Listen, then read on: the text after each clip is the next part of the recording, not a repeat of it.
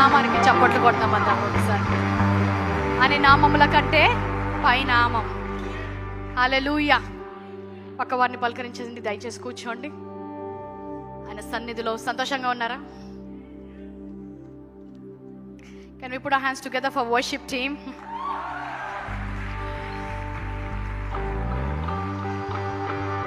ఆయన ఆరాధించువారు ఆత్మతోనూ సత్యముతోనూ ఆరాధించాలి. హల్లెలూయా.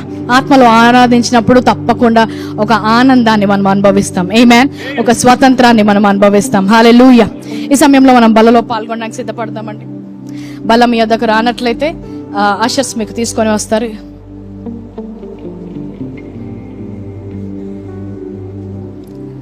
మన సంఘంలో బల్ల ప్రతి ఆదివారం ఇవ్వబడుతుంది. ప్రతి ఆదివారము మనం బలలో పాల్గొన్నప్పుడు ఆయన వాక్యంలో ఏం సెలవిస్తారంటే, మీరు ఎప్పుడైతే ఈ రొట్టె విరిచి నా యొక్క రక్తంలో పాల్గొంటారో ప్రభు వచ్చే వరకు ఇది చేయమంటాడు.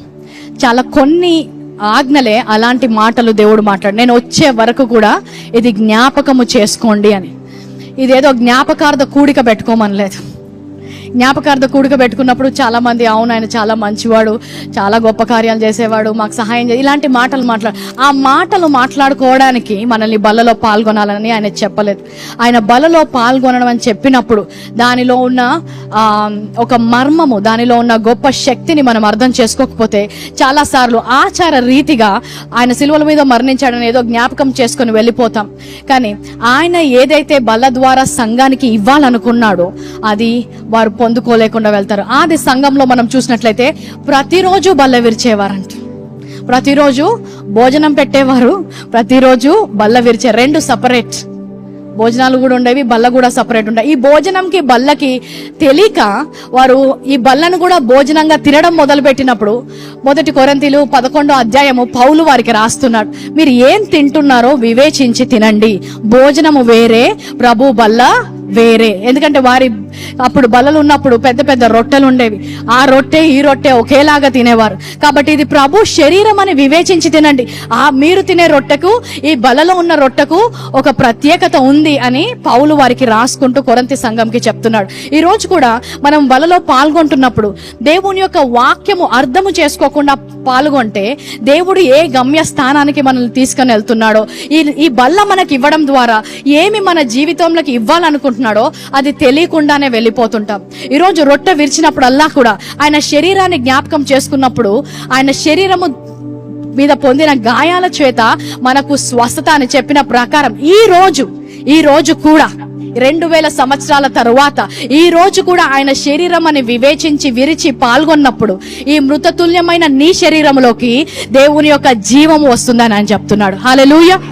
సంబడి సెడ్ టుడే, ఈ రోజు దేవుని యొక్క శరీరము సిలువ మీద ఎంత శక్తివంతుదో నీ చేతిలో ఉన్న రొట్టె కూడా అంతే శక్తివంతది. ఎందుకంటే మనకు ఆలోచన లేదు కాబట్టి అంత శక్తివంతమైన స్వస్థత. ఈరోజు నీ చేతిలో బల్ల పెట్టి ఒక సైడ్ పారాసిటమాల్ టాబ్లెట్ పెట్టామనుకోండి, జ్వరంగా ఉన్నవారు ఏది తీసుకుంటారు? First paracetamol. ఎందుకంటే దాని ఎఫెక్ట్ మనకు తెలుసు, దానిలో శక్తి ఉంది, దాని గురించి చదువుకున్నాం, ఇతరుల ఎక్స్పీరియన్స్ విన్నాం. కానీ అంత సమయం మనం ఎప్పుడు కూడా బల్ల గురించి చదవలేదు, దాని యొక్క అనుభవంలో నడవలేదు. ఈరోజు స్వస్థత గురించి బల్ల గురించి ఇంత గట్టిగా చెప్పడానికి కారణం ఏంటంటే ఇది మేము అనుభవించాము, ఈ స్వస్థతలో మేము నడిచాము. అదే స్వస్థత ఆయన ఏమంటాడు, ఏదైతే మేము చూసామో, ఏదైతే మేము తాకామో, ఏదైతే మేము అనుభవించామో అది మీకు రాస్తున్నాము అంటున్నాడు. ఆయన సొంత ఆలోచనలతో కాదు. ఈరోజు బల్లలో పాల్గొన్న మీరు అందరికీ కూడా అనుభవ జ్ఞానం ఉండాలి. అందరూ అనుభవ జ్ఞానం అని చెప్పండి. స్వస్థత అనుభవించాలి. ఆయన శరీరంలో స్వస్థత ఉంది, ఆయన రక్తములో విజయం ఉంది. అయితే ఇది అనుభవించకుండా సాతాను మన దగ్గర నుంచి దొంగలిస్తాడంట. దొంగలించడం అంటే నీ చేతిలో ఉన్న ఆ బల్లను తీసుకొని వెళ్ళిపోవడం కాదు, నీ చేతిలో ఉన్న రొట్టెను దొంగలించడం కాదు. ఎలాగో దొంగలిస్తాడు? కొలాసియన్స్ చాప్టర్ 2 verse 7 and verse 8. కొలస్సీలకు 2వ అధ్యాయము 8వ వచనం. ఆయనను అనుచరింపక మనుషులు పారంపార ఆచార్యమును అనగా ఈ లోక సంబంధమైన మూల పాఠములను అనుసరించి మోసకరమైన నిరర్ధక తత్వ జ్ఞానము చేత మిమ్మును చెరపెట్టుకొని పోవాడైన ఉండునేమో అని జాగ్రత్తగా ఉండుడి. ఈరోజు ఈ వచనంలోని కొన్ని పదాలు కూడా మనకు కొంతమందికి పలకరాదు. పలకరానప్పుడు అర్థం ఎలాగవుతుంది? చాలా సార్లు అక్కడ ఆగిపోతాం. కానీ ఈరోజు ఒక నిమిషం దీని గురించి వివరించి మనం బలలో పాల్గొందాం. ఏమంటున్నాడంటే, మీరు ఆయనను అనుసరించట్లేదు. ఎవరిని అనుసరిస్తున్నారు? ఈ లోక సంబంధమైన పాఠాలు, ఈ లోకము నేర్పించిన పాఠాలు. ఏమంటారు మన భాషలో, వీడికి మంచి గుణపాఠం రావాలి అంటే ఎలాగొస్తుంది గుణపాఠం? మీరు అనుభవించిన దాన్ని బట్టి వాడికి ఒక గుణపాఠం వచ్చింది. ఇప్పుడు ఆ పాఠం నుంచి నువ్వు నేర్చుకో అంటున్నాడు. ఈ రోజు మనం నేర్చుకునే పాఠాలు ఇతరుల అనుభవాల గురించి బట్టి కాదు. ఈ రోజు మనం నేర్చుకోవాల్సిన పాఠము బైబిల్ ప్రకారం. హల్లెలూయా. ఎవరికో ఏదో అయినంత మాత్రాన అది మనకు పాఠము కాదు. క్రీస్తు మనకు గుణపాఠాలు నేర్పించడానికి రావలేదు. మూలమైన పాఠములను అనుసరించక తత్వ జ్ఞానాన్ని పక్కన పెట్టి, ఈ లోకములో ఉన్న తత్వ జ్ఞానాన్ని పక్కన పెట్టి ఆయన జ్ఞానులను మూర్ఖులుగా చేసి ఈరోజు జ్ఞానాన్ని మనకిస్తున్నాడంట. కానీ ఆ జ్ఞానము మిమ్మల్ని చేరకుండా సాతాను ఏం చేస్తున్నాడు? అది దొంగలిస్తున్నాడంట. చూడండి, ఉదాహరణకు చెప్తాను. ఇప్పటి వరకు మాట్లాడేందుకు చాలా మందికి అర్థం కాకపోవచ్చు. మంచి భాషలో, సులువైన భాషలో, సూర్యలాగా చెప్దామా తెలంగాణలో చెప్పినప్పుడు మీకు అర్థం అవ్వాలి. ఎందుకంటే ఆ చిన్న తేడా ఎక్కడ ఉంటుందో, ఆ అర్థం ఎక్కడైతే మనం మిస్ అయిపోతామో అక్కడ మనము దేవుని యొక్క గమ్యస్థానానికి చేరుకోలేకపోతున్నాం. చాలా మంది క్రైస్తవులు నమ్మేది ఏంటంటే, ఈ లోకంలో మనకు ఎలాంటి ఆస్తులు ఉండొద్దు, మనము ధనము సంపాదించుకోవద్దు. ఎందుకంటే యేసు క్రీస్తు కూడా ఈ లోకంలో వచ్చినప్పుడు ధనము వంట వెళ్ళలేదు, కానీ ఆయన పేదరికంలో ఉన్నాడు. ఈ వాక్యంలో లేని పాఠము మనకు బోధించడం మొదలు పెట్టారు. చాలా మంది క్రైస్తవులు మాత్రమే కాదు, ఈ వాక్యం అర్థం కాక చాలా మంది ఈ పాఠాల మీద బ్రతుకుతారు.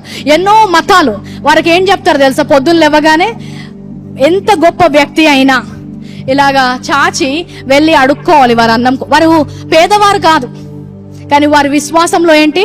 వారు అడుక్కొని వారు తీసుకొచ్చిన ఆహారం వారు తినాలి. ఇప్పుడు అందరూ భిక్షం ఎత్తితే భిక్షం వేసేవారు ఎవరు అంటే నీతిమంతులు భిక్షం పట్టాలి, నీతిహీనులు వీరికి భిక్షం వేయాలి. అది వినడానికి ఎంత వింతగా ఉంది. దేవుని పిల్లలు భిక్షం పట్టాలి, దేవుని లేని ప్రజలు భిక్షం వేయాలి. మతి స్థిమితంలో ఉంచుకొని ఆలోచిస్తే ఎక్కడైనా దేవుని యొక్క పిల్లల్ని అపవాది కింద ఉంచాడని కోరుకున్నాడా? లేదు. మిమ్మల్ని పై వారిగా ఉంచుతానన్నాడు, మిమ్మల్ని తలగా చేస్తానన్నాడు, మీరు ఎక్కడున్నా కూడా మీకు రెండంతల ఘనతని ఇస్తానన్నాడు. ఈ వాక్యాలన్నీ ఏమైపోయాయి?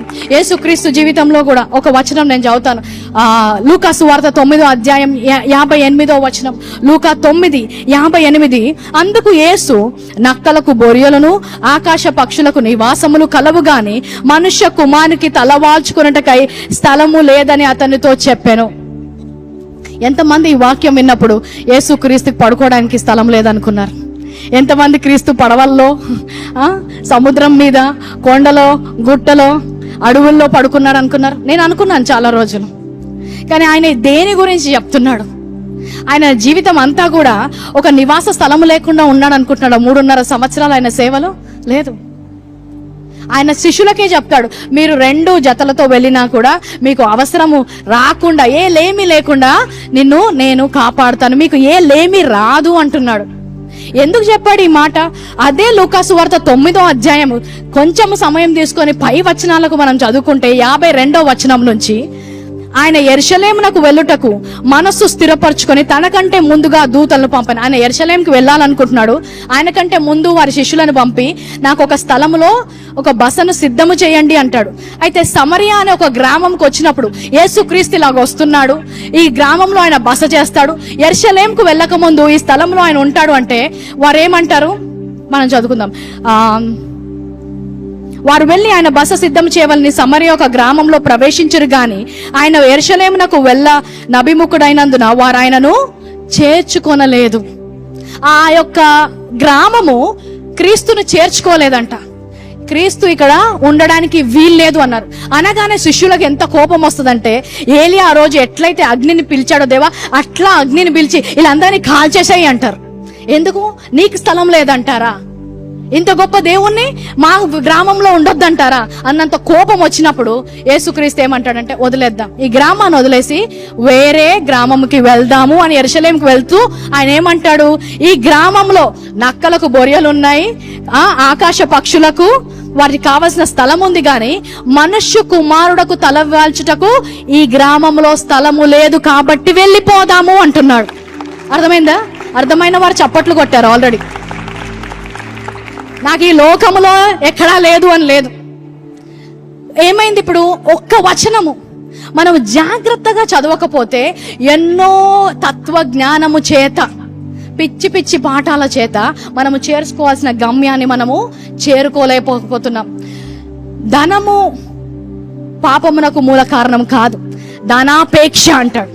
ధనము ధనాపేక్ష తెలుగు వచ్చిన వారందరికి అర్థమవుతుంది కదండి. ధనము లేకుండా ఎట్లా? పొద్దున్న లేస్తే పాల ప్యాకెట్ కొనాలంటే డబ్బులు కావాలి, ఏం చేయాలన్నా డబ్బులు కావాలి. ఉద్యోగానికి వెళ్ళేదే దేనికోసం? Free service. దేనికోసం వెళ్తున్నావు? మరి డబ్బులు అంత పాపం అయితే దేవుడు డబ్బును ఎందుకు ఈ లోకంలో ఉంచాడు? డబ్బు గురించి మాట్లాడట్లేదు, ధనాపేక్ష, డబ్బు మీద ప్రేమ ఉండద్దు అంటున్నాడు. ఆ చిన్న చిన్న తేడా మనం కనుక్కున్నప్పుడు ఏమవుతుందంటే, దేవుడు మనని ఆయన ప్రేమించి మన కోసం ఉంచినవి ఏవి కూడా మనము పొందుకోలేకుండా దేవుడు బీదవాడగా ఉన్నాడు, అందుకే మనం కూడా బీదవాడిగా ఉండాలి. దేవునికి ఎక్కడా ఇల్లు కొనుక్కోవద్దు క్రైస్తవులు. అప్పుడు ఎందుకు కొనుక్కుంటున్నారు? ఇళ్ళ కోసం ప్రార్థన చేయమని ఎందుకు అనుకుంటున్నారు? వాక్యానికి భిన్నంగా వెళ్తున్నామా? లేదు. ఈరోజు ఆయన వచ్చిందే సమృద్ధి జీవం ఇవ్వడానికంట. హల్లెలూయా. ఒక ఉదాహరణ చెప్తాను చూడండి. ఒక సముద్రంలో ఎవరైనా పడవ నడుపుతున్నారనుకోండి, పడవ నడిపినప్పుడు వారికి సముద్రంలో ఉన్నప్పుడు వారికి అవతల గట్టు కనిపించదు. ఈ దేశం నుంచి ఇంకో దేశంకి వెళ్ళాలంటే ఆ నావికుడు ఏం చేస్తాడంటే, వాళ్ళు ఒక యాంగిల్స్ లో ఈ సముద్రం ఎలాగుంది అని చెప్పి ఒక యాంగిల్స్ గీసుకుంటారు. ఒక్క డిగ్రీ తప్పినా కూడా ఈ దేశంకి వెళ్ళాల్సిన వారు ఇంకో దేశంలోకి వెళ్ళిపోతారు. So 1 degree deviation can change their destiny. So 1 degree alteration in the revelation of word of God can change your destiny. ఈరోజు సమృద్ధి జీవితం అనే వాక్యం అర్థం చేసుకోకుండా కొంచెం అటు పక్కన తిరిగి, దేవుడే ఈ లోకంలో ఏం లేదు మనకెందుకు అంటే, ఏ స్థలములోకైతే సమృద్ధి స్థానానికి నిన్ను తీసుకొని వెళ్తున్నాడో అక్కడికి వెళ్లకుండా అడుక్కునే స్థానానికి చాలా మంది చేరుకుంటున్నారు. ఎందుకు? ప్రత్యక్ష జ్ఞానము వారికి లేదు. అందుకే ఏమంటున్నాడు, ఈ లోకములో ఉన్న అపవాది మిమ్మల్ని తత్వ జ్ఞానము చేత ఆయన దొంగలించకుండా జాగ్రత్త పరుచుకోండి అంటున్నాడు. ఆయన కృప గురించి మీకు తెలుసా? నేను అడగట్లేదు, వాక్యం అడుగుతుంది. 2 కొరింథీయులు 8:9 అందరం కలిసి చదువుకుందాం. 2 కొరింథీయులు 8:9. మన ప్రభువైన యేసుక్రీస్తు కృపను ఎరుగుదురు గదా. ఎరుగురా? మీకు తెలుసా కృప అంటే ఏంటో తెలుసా? దేవుని యొక్క కృప ఏంటో మీకు తెలుసా అంటున్నాడు. ఏంటంట చెప్తున్నాడు అక్కడ వివరణ. ఆయన ధనవంతుడై ఉండి, ఎవరైనా యేసుక్రీస్తు ఏమై ఉన్నాడంట? అందరు గట్టిగా చెప్పాలి. యేసుక్రీస్తు ఏమై ఉన్నాడు?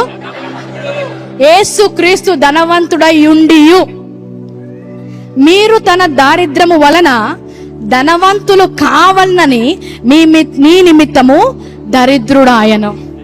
ఆయన ఏమై ఉన్నాడు? మనం ఏం కావాలనుకుంటున్నాడు? టైం లేదు కాబట్టి 1 లైన్ లో చెప్తా, ఇది ఆత్మీయ ధనము కాదు. కొత్త ప్రత్యక్ష జ్ఞానాలు అవసరం లేదు, ఇంటికి వెళ్ళి చదువుకోండి. పై వచనాలు కింద వచనాలు అన్ని కూడా డబ్బు గురించి చెప్తున్నాడు. అంటే మీరు ధనవంతులు కావాలని. ఫస్ట్ థింగ్, యేసుక్రీస్తు బీదవాడు కాదు, యేసుక్రీస్తు పేదరికంలో జీవించలేదు. వాక్య ప్రకారం ఆయన ధనవంతుడై ఉండి మీరు ధనవంతులు కావాలంట. చేపలు పట్టేవాడు చేప కోసం వెళ్తే బంగారం ఇచ్చాడు ఆయన. హల్లెలూయా. ఈ రోజు బలలో పాల్గొని మీరు వెళ్తుండగా యేసు నామములో ధనము యొక్క వాకిళ్లు విప్పబడును గాక. మీ చేతులు అభిషేకించబడ్డాయి. నేను మీతో చేసుకున్న నిబంధన ప్రకారము భాగ్యము సంపాదించుకునే సామర్థ్యము మీకు ఇస్తానంటున్నాడు. యేసు నామంలో సామర్థ్యము వచ్చును గాక. భాగ్యము సంపాదించుకోవడానికి ఆయన సమృద్ధి ఇవ్వడానికి ఇచ్చాడు. సమృద్ధి అంటే ఏంటంటే ఉన్నదానికంటే ఎక్కువ. అంటే మీకు ఒక్క ఇల్లు సరిపోతుంటే, యేసుక్రీస్తు సమృద్ధి ఇవ్వాలనుకున్నాడు. 2 ఇల్లులు ఇవ్వాలనుకుంటున్నాడు. ఒక్క స్థలం కోసం వెళ్తే 2 స్థలాలు ఇవ్వాలనుకుంటున్నాడు. ఒక ఇన్వెస్ట్మెంట్ చేస్తే దాన్ని 10 రెట్లు చేయాలనుకుంటున్నాడు. ఆయన కృప మీరు ఎరుగుదురు కదా. ఆయన కృప మీరు ఎరుగుదురు కదా. మీరు ధనవంతులు కావాలన్నదే ఆయన ఆశ అంట. ఈరోజు కృప ఎరగని వారు ఈ కొంచెము డీవియేషన్ తో ఇదే కరెక్ట్ అనుకుంటున్నారు. This morning we had a wonderful sound in first service. పొద్దున ఫస్ట్ సర్వీస్ లో మంచి సౌండ్ ఉంది, అందరం బాగా ఎంజాయ్ చేస్తాం. మీకు తెలియదు, ఎందుకంటే మీరు సెకండ్ సర్వీస్కి వచ్చారు. సెకండ్ సర్వీస్ లో కూడా ఆరాధన చాలా బాగుంది కదా, కానీ ఫస్ట్ సర్వీస్ రుచి చూడకపోతే ఇదే బెస్ట్ అనుకుంటాం కదా. కానీ ఫస్ట్ సర్వీస్ అటెండ్ అయిన వారికి మాకు తెలుసు అది ఇంకా రావట్లేదని. ఇప్పుడు ఏమైపోయింది, మీరు నిజమైన సువార్త ముందర వినలేదు కాబట్టి ఇదే కరెక్ట్ ఏమో అని అక్కడే ఉన్నారు. కానీ ఈ రోజు ప్రత్యక్ష జ్ఞానం వస్తుండగా ఆయన శిలువ మీద మరణించింది నేను దరిద్రుడై ఉండడానికి కాదు, ధనవంతుడై ఉండడానికి అని తెలుసుకున్నప్పుడు ఇప్పుడు మళ్ళీ ఓడ కరెక్ట్ స్థానంలోకి వస్తుంది, ఆ గమ్యాన్ని చేరుకుంటుంది. ఇంతవరకు కూడా క్రైస్తవులు ఆ గమ్యాన్ని చేర్చుకోకపోవడానికి కారణం తత్వజ్ఞానం మనం ఆధారపడట్లేదు. కానీ వాక్యం ఏమి సెలవిస్తుందో దాని మీద ఆధారపడి ఉండాలి. కాబట్టి ఎవరైనా మాట్లాడినప్పుడు పాస్టర్ బెంజమిన్ జూనియర్ గారు చెప్పారు అనకండి, పాస్టర్ అర్పిత కొమ్మనపల్లి గారు చెప్పారు అనకండి. 2 కొరింథీయులు 8:9 చెప్తుంది నేను ధనవంతుణ్ణి. యోహాను 10:10 చెప్తుంది నేను సమృద్ధి జీవముకు అర్హుడను అనండి. మా సంఘంలో ఇలా బోధిస్తారు కాదు, నీ బైబిల్ ఏం బోధిస్తుంది, ఆ వాక్యం ఏం బోధిస్తుందో చెప్పండి. నిజంగా మీరు దేవుడు పెట్టిన గమ్యస్థానానికి చేరాలంటే ఆ 1 degree deviation, 1/2 degree deviation వినడానికి చాలా బాగుంటది. అన్ని సమస్తము దేవునికి అర్పిద్దాం, బాగుంటది పాడడానికి. కానీ అది దేవుని నుంచి వచ్చిన ఆశన, అది దేవుని కృపణ? ఆలోచిద్దాం. ఈరోజు ఇంత శక్తివంతమైన బల్లను మన మధ్యలో ఉంచాడు. ఏంటంట, ఇది జ్ఞాపకం చేసుకోండి, మీరు దరిద్రులై ఉండుట నా ఉద్దేశము కాదు, ధనవంతులై ఉండాలని నేను దరిద్రుడై ఉన్నాను. ఈరోజు క్రీస్తు దరిద్రుడైన తరువాత కూడా నీవు కూడా దరిద్రంలో బ్రతుకుతే అవమానం వచ్చేది నీకు కాదు, ఆయన రక్తానికి, ఆయన మరణానికి. అంటే ఆయన చేసింది ఏది కూడా మనకు ఉపయోగంగా లేదు, అది వృధా. అంటే ఇతరులు చూసినప్పుడు హేళన చేస్తాడు. నీ యొక్క దేవుడు నీ కోసం మరణించినా కూడా నువ్వు శాపంలోంచి బయటికి రాలేకపోతున్నావు అని ఇతరులు మనల్ని ప్రశ్నించే స్థలంలోకి మనం వెళ్తాం. కానీ క్రైస్తవుల జీవితంలో అలాగ ఉండడానికి వీల్లేదు. బల్లలో పాల్గొన్నప్పుడల్లా కూడా మీరు జ్ఞాపకం ఉంచుకోవాలి, మీరు ధనవంతులు. హల్లెలూయా. ఎలాంటి లేమి లేకుండా సమృద్ధి జీవితాన్ని ఆయన ఇచ్చాడనేది మనం జ్ఞాపకం చేసుకుంటున్నాం. ఈరోజు బలలో పాల్గొంటుండగా యేసు నామములో భాగ్యము సంపాదించుకునే సామర్థ్యము ప్రతి ఒక్కరిపై వచ్చును గాక అని ప్రకటిస్తున్నాం. ఇతరుల ముందు చేయి చాపడము కాదు, కానీ ఇతరులకు ఇచ్చే వ్యక్తులుగా దేవుడు మిమ్మల్ని మార్చబోతున్నాడు. ఆయన ఏమంటాడు, దేశాలకు మిమ్మల్ని ఆస్తికర్తలుగా చేయబోతున్నాను. హల్లెలూయా. మనము అప్పు తీసుకునే వారము కాదు, మన దేవుడు అలాంటి స్థానంలో మనల్ని ఉంచలేదు, అప్పిచ్చేవారిగా మనం ఉంచాడంట. హల్లెలూయా. ప్రతి అప్పు కొట్టివేయబడును గాక. ఈ చేతులతో అప్పు తీసుకొని ఉంటే ఈరోజు బలలో పాల్గొంటుండగా ప్రభువా నీ రక్తము నిజమైతే, నీ మరణము నిజమైతే ఈ చేయి ఎన్నడూ కూడా చాచదు, కానీ ఈ చేయి ఎప్పుడూ ఇతరులను ఆశీర్వదిస్తుందని ధైర్యంగా ఒక క్రైస్తవునిగా విశ్వాసముతో మాట్లాడి బలలో పాల్గొందాం. ప్రభువా నీకు స్తోత్రాలు, వందనాలు చెల్లిస్తున్నాము నాయన. ఈరోజు క్రీస్తు యొక్క సిలువ వ్యర్థము కాదు, ఆయన మరణము వ్యర్థము కాదు, ఆయన సమాప్తము చేసిన ఏ కార్యము కూడా నా జీవితంలో వ్యర్థము కాదు. ఈరోజు ప్రత్యక్ష జ్ఞానముతో నేను పాల్గొంటుండగా నాయన, ఈరోజు సమృద్ధి జీవము మీరు నా కోసం ఉంచాడు. మీరు సిలువలో నా కోసము దరిద్రుడు అయ్యడం వల్ల నేను ధనవంతురాలిగా మారినందుకు వందనాలు చెల్లిస్తున్నాం. విశ్వాసముతో నాయన స్వీకరిస్తున్నాం. అదే విధంగా స్వస్థత, మీరు సిలువలో మా స్వస్థత కార్యాన్ని మాకు ఇచ్చారు. ఈరోజు ఆ స్వస్థతలో నేను నడుస్తున్నాను. నా శరీరం ఏమి చెప్పినా కూడా వాక్యము చెప్పేది నిజమని నమ్మి నేను బలలో పాల్గొంటుండగా యేసు నామములో దైవికమైన స్వస్థత కలుగును గాక అని ప్రకటిస్తున్నా. విశ్వాసముతో పాల్గొన్న వారందరి జీవితములో నాయన దేవుని యొక్క ఆశీర్వాదము, ఐశ్వర్యము కలుగును గాక అని ప్రకటిస్తున్నాము తండ్రి. ఆమేన్. అందరము కలిసి బలలో పాల్గొందామండి.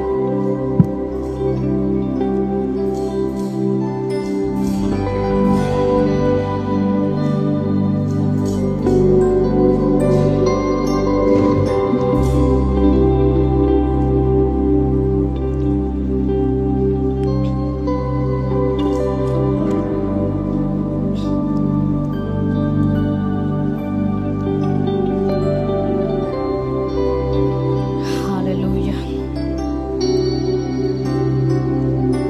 ఆయన కృపను బట్టి ఆయనను కొన్ని నిమిషాలు ఆరాధించుకున్నాం. అందరం లేచి నిల్చున్నట్లయితే, ప్రభా ఇది నా వల్ల కాదు నాయన, నా సొంత శక్తి వల్ల కాదు, కానీ సిలువలో మీరు సమాప్తం చేసిన ప్రతి కార్యము బట్టి వందనాలు నాయన. ఈ రోజు ఈ లోకంలో ఉన్నప్పటికీ కూడా ఈ లోకంలో అందరికంటే పై స్థానాన్ని నాకు ఇచ్చినందుకు వందనాలు, ప్రత్యక్ష జ్ఞానాన్ని నాకు ఇచ్చినందుకు వందనాలు, ఈ సంఘాన్ని ఇచ్చినందుకు వందనాలు. అన్నిటి గురించి కూడా దేవునికి వందనాలు చెల్లించుకుంటూ కొన్ని నిమిషాల్లో ఆయన్ని ఆరాధించుకుందాం.